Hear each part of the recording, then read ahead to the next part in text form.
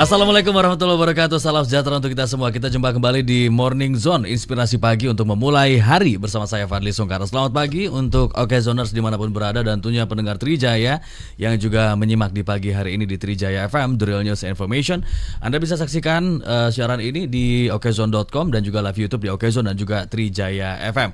Di kebersamaan kita hari ini Jumat 29 November 2024 dan menjelang hari libur. Thank God It's Friday. Mungkin ini suasana transisi ya, suasana masih berasa pilkada, dinamika penghitungan cepat atau quick count, dan kita sudah menyambut libur akhir pekan. Nah, pagi hari ini kita juga sudah bersama dengan salah satu redaktur di Okezone, ada Om Dhani. Om Dhani sehat ya? Kenapa? Oh iya, sorry. Nggak apa-apa. Fokus. Aman. Besok kita ganti bubur ini aja, bubur merah ya. Iya. Bubur merah bubur putih ya. Iya. Tinggal dikerek deh tuh. Maaf ya. Siap, aman Om Fadli. Ini soalnya dari pagi Pak. Mantap itu ya. Udah konslet di sini. Udah konslet.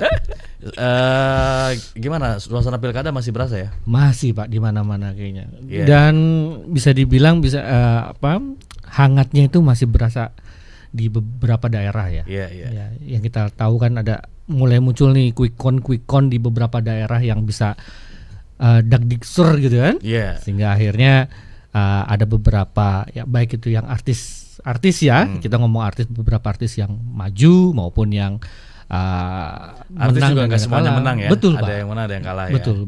ya. Dan bahkan ada juga yang duel artis tuh. Perang artis di Bandung Barat ya, tuh. Cakep itu ya. Emang yang bikin deg-degser di mana aja sih Om?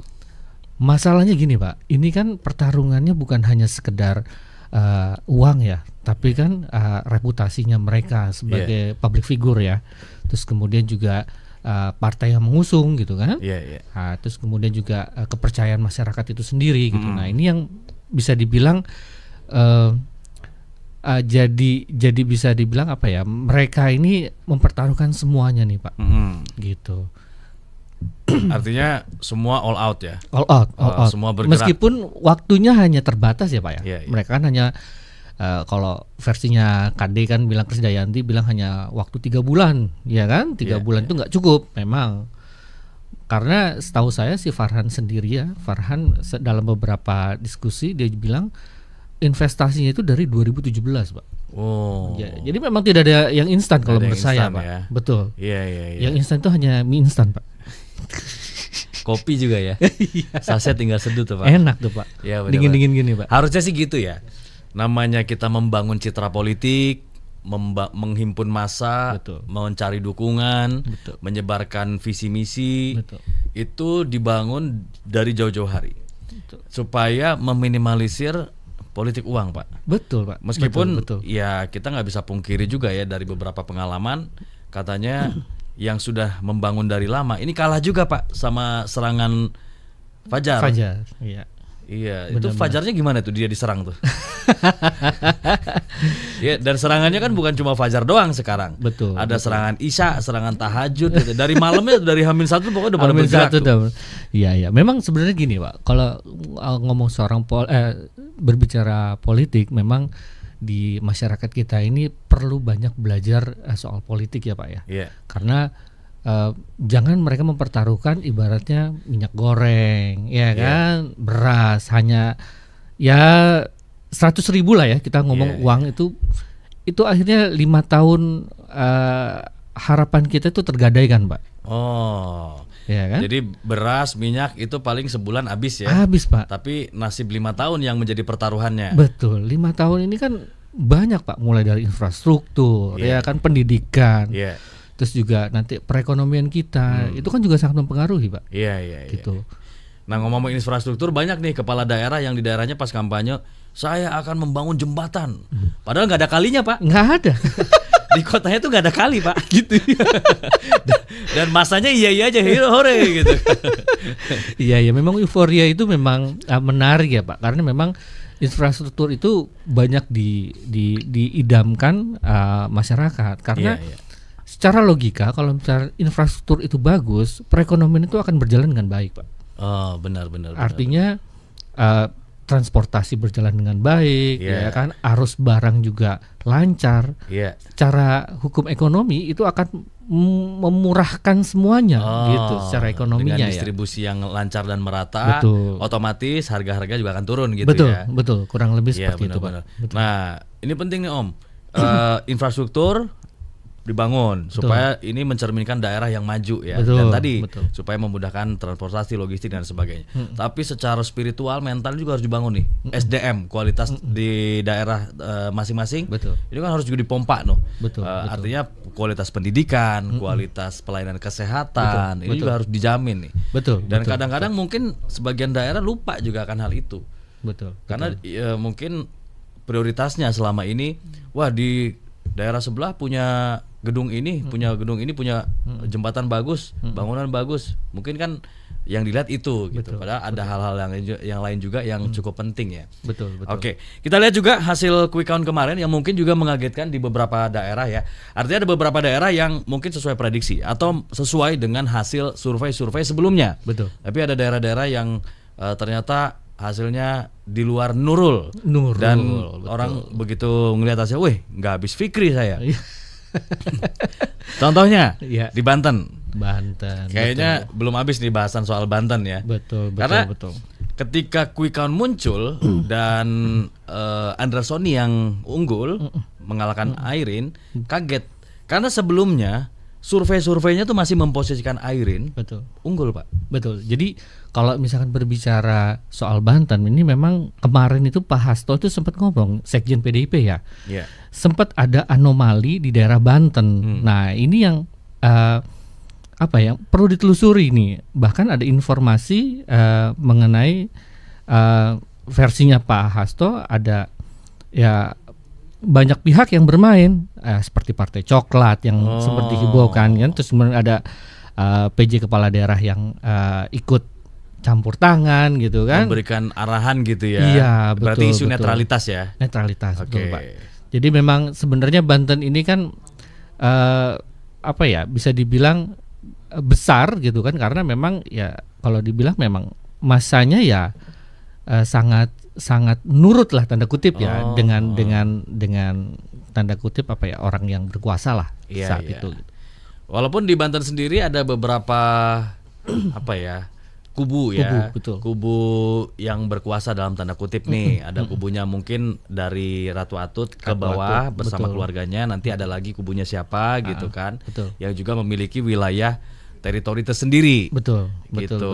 Jadi memang Banten ini mungkin sejarahnya kan karena memang jawara ya. Iya, benar. Nah, sejarah dari itu yang memang secara turun temurun mereka sudah guru ya, menyebutnya guru yang dihormati, yang disegani, mereka pun akan menurut gitu dengan pilihan. Pak, Bapak kalau dengar kata Banten, dengar daerah Banten, apa yang terbayang di benak Bapak? Banten, kalau saya sih lebih ke pariwisatanya ya. Pariwisata karena kan ada model Anyer ya. Anyer gitu kan. Karena kemarin juga sempat viral juga yang soal tiket parkir. Parkir yang bisnya ya, masuk ke tempat wisatanya tuh. Betul, yang padahal kan itu katanya gratis harusnya ya. Seharusnya gratis, tapi mungkin ada masyarakat yang mengelola itu. Akamsi.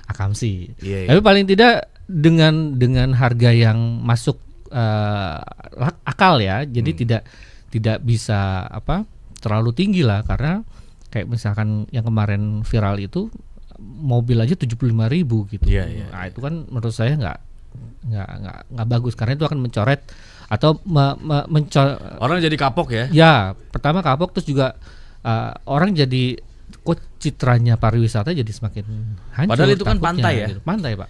Yang katanya memang nggak ada retribusi masuknya atau gimana tuh? Atau ini memang parkirnya dikelola oleh Akamsi sehingga akhirnya ada tarifnya? Seharusnya kalau misalkan beberapa wilayah yang memang dijaga dengan bagus dan benar ya, menurut saya itu nggak ada masalah, Pak, retribusinya. Yang penting pada saat masyarakat datang ke sana kondisinya bagus, mereka senang gitu kan. Terus kemudian juga tidak ada hal-hal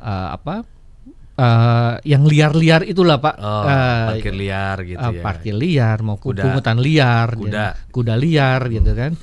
Terus dia senang banget dipancing ya. Jadi ibarat poli, gua Iya, toser tuh, set, iya. dicemes Pak. Kita cemes Pak. Benar. Iya. Jadi menurut Om Kemas, Banten itu identik dengan itu ya. Ya. Biasanya Pak, Banten, wah ilmunya tinggi nih, nah, Wah, gitu kan. itu juga salah satunya Iya, Pak. debus gitu kan. Debus. Waduh, makanya nih, apakah ini kaitannya dengan hasil quick count tadi? Apakah karena di sana tempat banyaknya ilmu kanuragan, sakti nih orang sakti, makanya survei yang tadinya unggul bisa berbalik tuh Pak, karena faktor kekuatan tadi. Begitu ya Pak. Kayaknya logika saya belum sampai nurun sampai ke situ Pak. Iya. Yang pasti memang masyarakat Banten ini memang apa ya, sangat Kan nurut di sana- lah. Kan di sana juga heterogen ya. Betul. Karena ada Baduy juga di sana. Baduy. Terus ada mungkin pendatang juga dari daerah lainnya. Karena Banten itu kan aslinya Jawa Barat ya. Jawa Barat yang akhirnya memisahkan diri, betul. membuat provinsi sendiri. Betul. Gitu. Dan sebenarnya ini penting ya ketika kemarin ada hasil quick count yang berbeda dari hasil survei sebelumnya. Kita mempertanyakan apa sih yang bisa menjadi kunci sukses, apa sih rahasianya gitu kan? Karena ini akan menjadi bahasan keilmuan juga Pak. Betul. Para surveyor, lembaga-lembaga survei berusaha mempelajari juga apa sih kok kuncinya bisa ada fenomena seperti ini. Karena mungkin kan kaget juga, misalnya lembaga survei nih membuat survei di Banten H-20 deh misalnya, atau misal sebulan sebelum pencoblosan atau bahkan 2 minggu sebelum pencoblosan, dan hasilnya misalnya calon A unggul, tapi begitu pencoblosan sehari hasilnya B yang unggul. Ini kan pasti dipertanyakan juga Pak. Betul. Artinya untuk lembaga survei yang juga membuka jasa konsultan pilkada, konsultan politik bagi para calon, berusaha mempelajari apa sih yang menjadi kunci nih, apa fenomenanya. Ini untuk bahan pelajaran ke depan supaya misalnya konsultan pilkada nih, oh kemarin kita belajar dari Banten yang tadinya kalah bisa berbalik, bisa comeback gitu, bisa menang, supaya diterapkan nih di pilkada mendatang kalau jadi konsultan lagi. Betul, iya kan? betul Pak. Jadi memang sebenarnya kalau misalkan kita melihat survei ya Pak, bukan hanya di Banten Pak. Seperti kayak misalkan di Depok, siapa sih yang nggak tahu masanya dari PKS ya. Ya kan? Kemudian Jakarta sendiri kan Ridwan Kamil kan juga sangat kuat kan sebelumnya. Kemudian akhirnya tersusul ya kan. Ya oke lah, di belakangnya ada misalkan ada Pak Anies dan segala macam.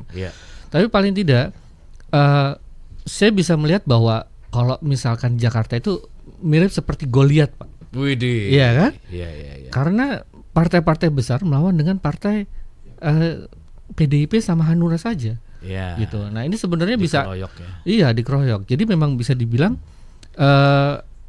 apa ya, agak unik pemilih kita yang sekarang, gitu. Karena mungkin kalau saya melihat bukan hanya faktor dari partainya, tapi bisa juga sosoknya. Iya.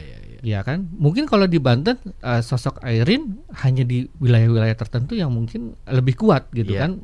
Ada juga wilayah lain yang memang lawannya yang lebih kuat gitu. Nah ini juga harus disurvei. Maksudnya gini, survei sendiri dia juga harus netral. Jangan sampai harapan kita ya, namanya survei itu dia bisa mewakili apa yang gambaran dari masyarakat real, secara umum, realnya gitu. Ya memang pasti kan tanda kutip siapa yang bayar dia pasti menang, gitu kan. Cuman masalahnya kalau misalkan udah seperti ini kan orang jadi berpikir.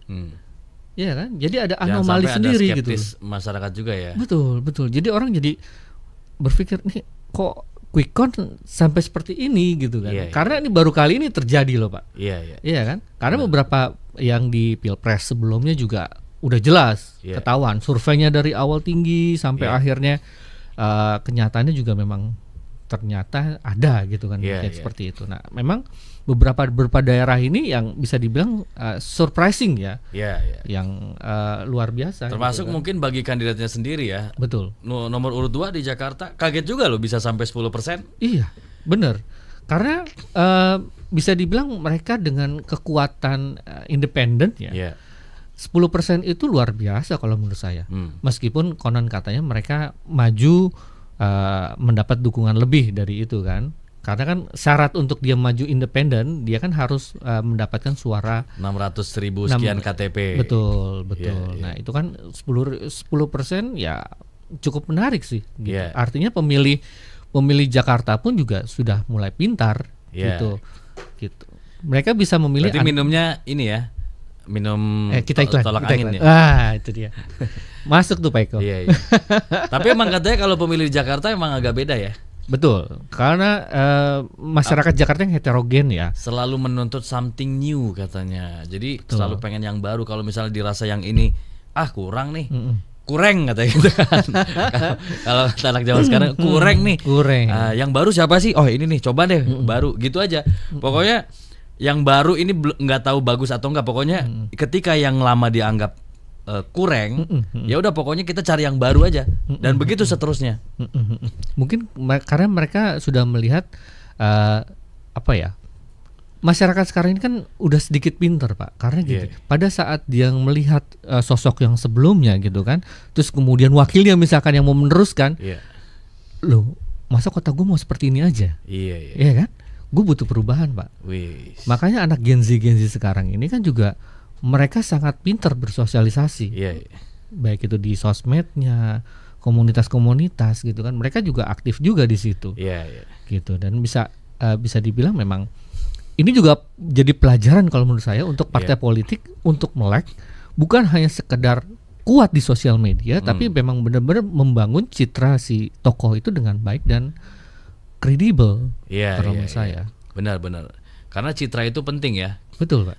Bisa citra, bisa FIFA, bisa apalagi tuh merek-merek Citra, handbody itu. Citra Kirana Pak. Widih, memang. Nah di Jakarta ini juga ternyata golputnya paling tinggi, oke Mas, sekitar 40%. Bila dibandingkan dengan daerah lainnya, entah di Jawa atau di daerah lain. Kalau di Jawa selain Jakarta itu Jawa Barat dan Jatim ya kalau nggak salah juga tinggi tuh di angka 30 sekian persen. Jakarta nih 40%. Bapak nyoblos di mana? Saya di Radio Dalam. Oh, Jakarta Selatan. iya, itu penyiarnya siapa ya? Penyiarnya siapa ya? Mas Fadli Radio bukan? Dalam. Oh, Radio Dalam. Ya? RRI itu, Pak. Oh iya ada ya di situ. Ada, Pak. Masih ada RRI di situ. Emang Akam sih tahu banget. Ya. Akam sih kita kita. ada. Iya. Tapi memang kalau ngomong masalah golput, memang kita tidak bisa pungkiri ya, dimanapun setiap partai, setiap pemilihan kepala daerah maupun pilpres pasti ada gitu. Cuman permasalahannya adalah ini sudah mulai orang sudah mulai aware, terus kemudian juga literasi politiknya juga sudah mulai dibangun, karena saya melihat banyak anak-anak muda juga yang sudah mulai ibaratnya ikut ke partai politik, ya kan? Ini kan artinya mereka sudah membuka diri. Mereka pengen tahu sebenarnya politik itu seperti apa sih, gitu. Harapannya sebenarnya mereka ini bisa belajar lagi gitu kan, mereka ini bisa tahu lagi gitu kan. Jadi cuma bukan sekedar hanya memilih, tetapi mereka tahu sosoknya seperti apa, visi misinya seperti apa, gitu sih Pak. Gitu. Atau mungkin ini kali ya, karena jaraknya dekat sama pilpres. Terus tadi juga berdasarkan beberapa statement dari pejabat ya. Mungkin juga karena TPS-nya lebih sedikit dibandingkan waktu pilpres. Sehingga agak relatif jauh nih. Meskipun yang mungkin jauhnya juga seberapa sih ya? Tetap kan maksudnya di satu kelurahan tuh minimal ada lah TPS gitu. Kalau pengalaman di tempat saya kemarin Pak, itu biasanya kalau pilpres itu hanya sekitar 200 sampai 300 orang. Iya. Dan yang sekarang 500 orang Pak. Betul. Jadi karena memang jumlah TPS-nya lebih sedikit. Betul, karena lebih sedikit jadi dijadikan satu ya, beberapa RT itu dijadikan satu. Nah ini ya bisa jadi karena menunggu yang terlalu lama gitu kan, terus juga jarak waktu yang sangat pendek, yang dari jam 12 itu kan sampai jam 1. Meskipun sebenarnya kalau dipikir milih itu berapa lama sih gitu kan. Nah gitu. Itu nggak nyampe 5 menit kan, kertasnya juga dikit ya kalau dikit, dibandingkan sama pemilu yang lalu. Sekarang kan kalau Jakarta paling ya udah untuk pilgub aja. Untuk daerah lain pilgub dan pilwalkot atau pilbub. Udah ada dua surat suara tuh, kertas suara. Jadi waktu masuk ke bilik suara juga relatif cepat ya. Lebih cepat seharusnya ya Pak ya. Tapi memang mereka sendiri juga ya itu anak Gen Z ini kan bisa dibilang mood swingnya juga tinggi ya. Gitu ya. Mood swingnya juga tinggi. Berarti swing dia termasuk kategori swing voter tuh. Swing voter bisa juga ya? Pak. Betul. Karena memang pemilih-pemilih sekarang yang Gen Z ini kan mereka ada yang baru pertama kali memilih gitu kan. Iya. Nah, dengan baru pertama kali memilih sendiri mereka kan ya pertama bisa sosoknya gue nggak tahu nih siapa, atau yang kedua ikut-ikutan. Iya. Emak gue milih apa nih, gue ikutan dah Iya, gitu. iya. Bisa juga kan kayak Benar, gitu. benar. Nah, mungkin juga pas kebetulan yang menarik itu pas pilkada itu justru malah mal-mal yang ramai itu, Pak. Iya. Habis nyoblos pada makan kali ya. Pada makan, Pak. Iya. Gitu. Artinya sebenarnya antusiasme masyarakat sendiri menyambut pilkada ini sangat tinggi sebenarnya. Iya, Gitu. Oke. Nah, ini juga masih ramai karena kalau kita lihat dari penghitungan quick count itu kan untuk Jakarta nomor urut 3 itu 50 sekian persen ya. Artinya melebihi 50% plus 1 suara. Betul. Sudah mengklaim tuh kubu 03 bahwa kita menang satu putaran. Sementara di kubunya 01 juga kemarin Pak Dasko juga bilang bahwa ini pilkada akan 2 putaran di Jakarta. Karena penghitungan resmi dari KPU kan belum keluar kan, nanti baru 16 Desember Iya. hasilnya akan diumumkan. Nah, ini juga rame nih. Betul. Perangnya belum selesai di situ. Betul. Karena memang sebenarnya KPUD sendiri tidak mengeluarkan hasil, Pak. Itu yang menarik. Nah, ini juga harus dikawal ya, dikawal bareng-bareng nih. Iya. KPUD Jakarta bilang tidak mengeluarkan hasil real count Dalam maupun bentuk presentase atau persentase, bagan gitu betul. ya. Atau quick count. Iya. Nah, ini kan ya mudah-mudahan tidak terjadi hal-hal yang tidak kita inginkan. Iya. TSM ya. Iya. Artinya hasil yang itu ya memang harus benar-benar dijaga gitu. Iya. Bisa sih sebenarnya orang lihat ya, tapi itu kan C hasil ya. C hasil, dan C itu satu. satu persatu tuh. Betul. Jadi kalau kita mau pengen tahu hasil secara menyeluruh, kita ngitung sendiri. Itu sendiri, betul, Pak. Di TPS ini berapa, Betul. di sini berapa, di sini berapa, baru tuh kita akumulasi. Betul. Entah itu hitung manual atau mungkin ada yang punya softwarenya nih, ada programnya khusus bisa ngitung, bisa tuh. Tapi kan tidak tersaji secara simple, sederhana. Betul. Dari Sirekap atau dari KPU gitu ya. Betul. Kayak waktu pilpres kan. Cepet Wah, ya. kita mantengin nih. Nomor 1 sekian persen, nomor 2 sekian persen, nomor 3 sekian persen, itu aja gitu. Betul. Ya memang karena memang quick count ini bisa menjadi harapan sementara gitu kan bagi masyarakat untuk melihat gambaran secara umum gitu kan. Iya. Memang tidak bisa menggambarkan secara real apa yang terjadi, tapi paling tidak Hasilnya kan quick nggak count, beda jauh ya. Betul. Harapannya kan tidak beda jauh gitu. Gitu. Iya, dan di Jakarta sendiri sebenarnya ramainya tuh dinamikanya mulai dari zaman kampanye tuh ya. Betul. Karena rivalitasnya luar biasa. Terus juga mungkin punya basis massa sendiri. Betul. Jadi kan ketika dimasuki sama calon yang lain yang dianggap bukan pilihan kita nih, ada ini juga tuh, ada kelas-kelasnya walaupun nggak parah ya, cuma penolakan biasa. Ini kan wajar sebenarnya di kehidupan yang berdemokrasi sekarang. Benar-benar. Intinya sebenarnya berdemokrasi ini kita harus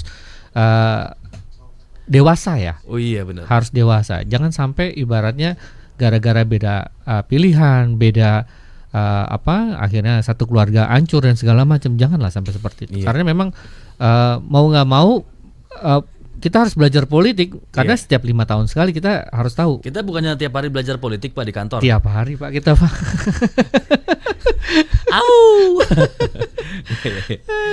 Nah ini yang nggak kalah panas juga di Depok nih ya. Depok. Yang disebut-sebut sebagai ini kandangnya PKS. Atau wilayah teritorinya PKS nih. Tapi pertama kali dalam 20 tahun 2 dekade ya. Berpotensi runtuh nih. Kalah nih di pilkada kali ini. Bapak lihat apa yang jadi faktor Pak? Baik. Kalau saya melihat serius amat baik gitu. Iya ya, gue udah kayak pengamat. Bapak kayak pejabat Pak. Iya Pak. Iya jadi kebetulan juga saya tinggal di daerah Depok ya. Di daerah Depok, di daerah Sawangan. Karena memang saya melihat memang kondisinya adalah real aja Pak, real aja. Memang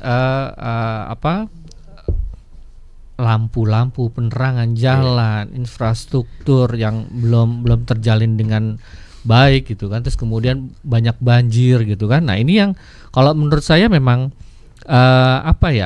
jadi catatan-catatan kecil yang akhirnya menggunung sehingga pilihan orang menjadi gue pengen alternatif nih. Siapa yang harus gue pilih gitu kan. Belum lagi kalau misalkan Bapak merasakan itu dari arah Jalan Raya Sawangan itu macetnya minta ampun Pak kalau Sabtu Minggu Pak. Iya. Gitu. Belum, karena banyaknya infrastruktur yang belum pas tapi sudah ada tol. Oh. Gitu. Jadi memang jalannya itu kecil. Iya, Kalau iya. Bapak ngeliat di Jalan Sawangan itu jalannya kecil. Iya, itu banyak yang Terus ngeluh tuh tol, Sawangan macet. parah Pak, parah. Gitu. Kalau Belum lagi Margonda juga sama ya, kalau weekday itu Margonda, macet ya. betul. Jadi memang mungkin masyarakat mungkin menilai kok tidak ada perubahan selama 2 dekade terakhir ini gitu kan. Seperti yang tadi saya bilang, mereka atau masyarakat Gen Z ini juga gue pengen perubahan nih, gue pengen sesuatu yang baru. Iya, Gitu kan. Melihat pada saat sekarang tidak ada perkembangan, tidak ada yang signifikan, Iya. kenapa lagi harus memilih mereka gitu kan? Oh. Ini juga catatan juga buat PKS ya, Iya, buat PKS untuk berbenah diri Iya. gitu. Meskipun sebenarnya kalau dari Pileg suara mereka masih lumayan ya Iya. di Depok. Iya, berarti memang ketokohan juga berpengaruh ya. Betul, ketokohan juga berpengaruh. Artinya memang sebenarnya nggak jauh beda ya karakteristik pemilih di Depok dengan yang di Jakarta. Betul. Kira-kira 11-12 Pak. Wih di. Karena di Jakarta sendiri ini kan juga kita tahu sosoknya RK ya. Iya. Gitu. Kita nggak ngomong soal resistensi ya, Iya. tapi kan banyak sebagian yang menilai bahwa ya RK ya sosok Jawa Barat, Iya. gitu. Iya. Jadi nggak perlu masuk ke Jakarta, Oh. gitu. Ada yang menilai seperti Jadi itu. soal gitu. image ya, atau Image. branding politik ini juga Betul, penting ya. betul Pak. Iya, iya, iya. Oke. Nah, tadi kan Om Kemas menyoroti bahwa Gen Z ini punya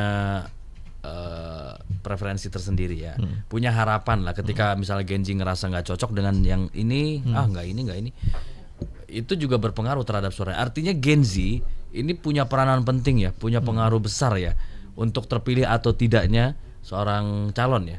Sebenarnya saat ini jumlah pemilih itu lebih banyak Gen Z Pak Gen Z, ketimbang yang Pemilih pertama dan kedua ya. Ya betul, karena Gen Z ini kan mereka memang benar-benar bisa dibilang pengetahuan politiknya sedikit ya. Oke. Jadi memang pada saat tokoh ini masuk, dia harus bisa menganalogikan dengan baik dan benar. Oh. Gitu. Apakah strateginya harus pakai gimmick-gimmick yang seru buat Gen Z? Joget-joget atau misalnya pakai apa ya? Gimmick-gimmick yang kayak konten kreator gitu. Karena kan sekarang ini trennya juga banyak tuh calon kepala daerah yang menggandeng influencer atau konten kreator untuk bikin-bikin konten tuh. Betul. Kayaknya strateginya udah mulai harus ke sana kali ya. Iya, ya. Memang sebenarnya konten kreator ini menjadi satu jembatan dari anak-anak Gen Z yang selalu mantengin gadget, Pak. Iya, buka TikTok, Iya, buka IG. TikTok gitu. Jadi memang kenapa akhirnya banyak politikus-politikus itu masuk ke TikTok gitu. Iya. Karena memang mereka harus sadar bahwa Iya. tidak lagi seperti dahulu mereka kampanye di lapangan terbuka mengumpulkan massa Iya. gitu kan. Terus kemudian pasang baliho besar-besar dan Iya. segala macam. Ya memang itu ada pengaruhnya, Betul, tapi betul. maksudnya kalau misalkan untuk beberapa pemilih yang Iya. pemula atau Gen Z itu kurang pas kalau menurut saya. Berarti strateginya harus dikombinasikan ya. Betul. Cara lama Betul. atau metode konvensional dengan cara menggunakan platform digital ya. Betul, Karena kan betul. live YouTube atau live TikTok atau live IG ini juga bisa digunakan sebagai sarana kampanye atau untuk langsung menyapa konstituen ya. Betul. Kayak waktu Pilpres kan Mas Anies juga Mas sama Anies, tuh sering betul. live TikTok. Betul. Terus siapa lagi tuh calon-calon lain juga sama tuh sering live TikTok. Ya memang sebenarnya sosial media ini juga mempengaruhi cara pandang kita ya. Iya. Seperti yang kita tahu bahwa siapa sih yang sekarang nggak megang sosial media, yang nggak punya sosial media? Iya. Bisa dibilang distribusi yang paling besar sekarang adalah sosial media, gitu. Terlebih apakah dia akan melakukan mengambil keputusan itu sendiri, yaitu terlepas dari rasionalisasi dari si orang itu sendiri. Iya, iya, iya. Tapi paparan yang paling banyak kalau menurut saya sosial media, khususnya TikTok ya, karena sekarang TikTok juga lagi happening. Dulu mungkin orang YouTube gitu kan. Iya. Nah sekarang TikTok. Terus kemudian akhirnya YouTube mengeluarkan namanya YouTube Short, Iya. yang hampir dengan TikTok. Nah Iya. ini 11-12 yang mirip-mirip tuh Pak. Jadi Iya, memang iya, iya. sosial media sangat berperan dan menurut saya ini harus lebih aware lagi kepada tokoh-tokoh. Terlepas dari si tokohnya sendiri punya karakter atau punya sosok yang bagus dan pas. Iya,